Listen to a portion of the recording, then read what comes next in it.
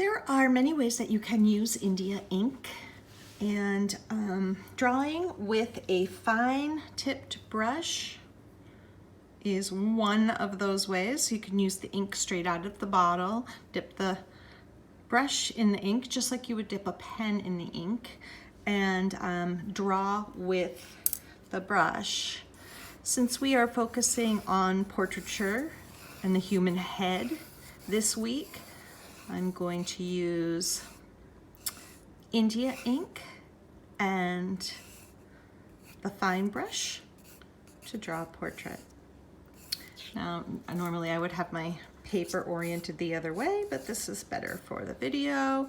So I've drawn a large oval. I've divided the oval in half horizontally, and then a little bit higher, that's going to be the middle of the eye, and then into thirds, bottom of the nose, and the top of the bottom of the mouth, bottom of the nose, bottom of the mouth, bottom of the chin. 1, 2, 3, those are our thirds. And I just have to remember which line is the one I want to use. And then I can go ahead and take the ink on the brush and begin to draw. So even though ink is a wet medium, we do consider it a drawing medium because it is so immediate. There's a certain immediacy to ink. Once you, when it's in a pen, then you draw with it, very much like a drawing medium. But when it's on a brush, it almost feels more like painting. But it stays where you put it. And whereas with painting, you would be concerned with color for the most part, and also really mixing and layering, whereas with ink, you really are just making lines, right? So I'm just making lines. And this is waterproof ink, so it's going to dry, and then I can add some water over it.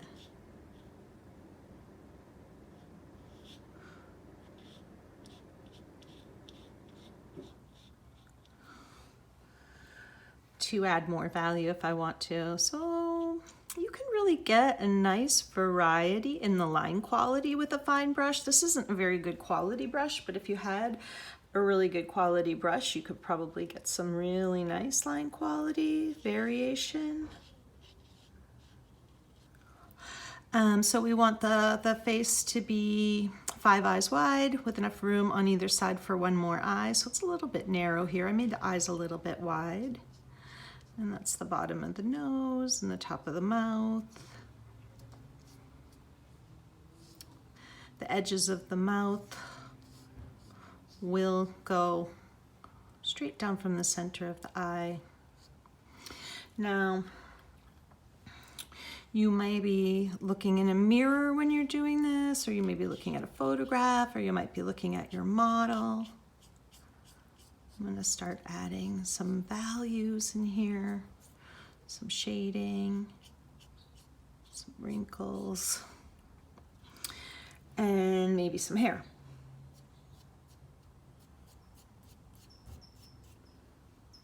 This face is a little wide.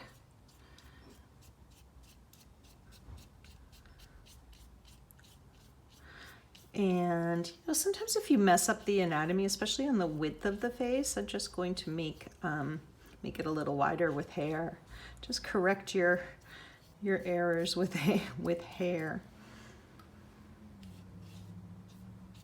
And this person has bangs like me, so I'm giving her some bangs.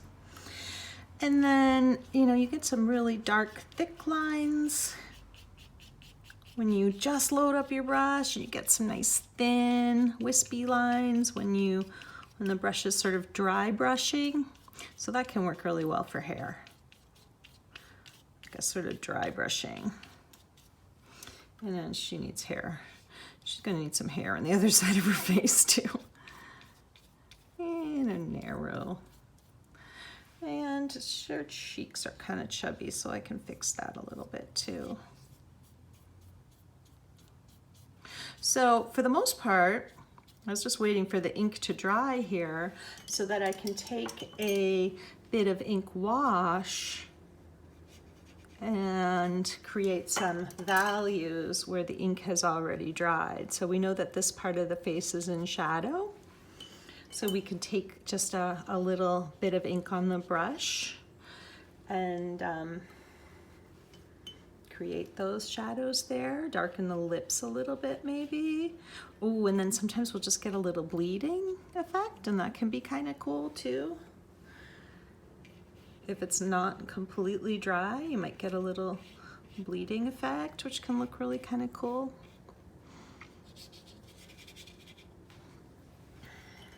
There may be a little shadow from the hair here.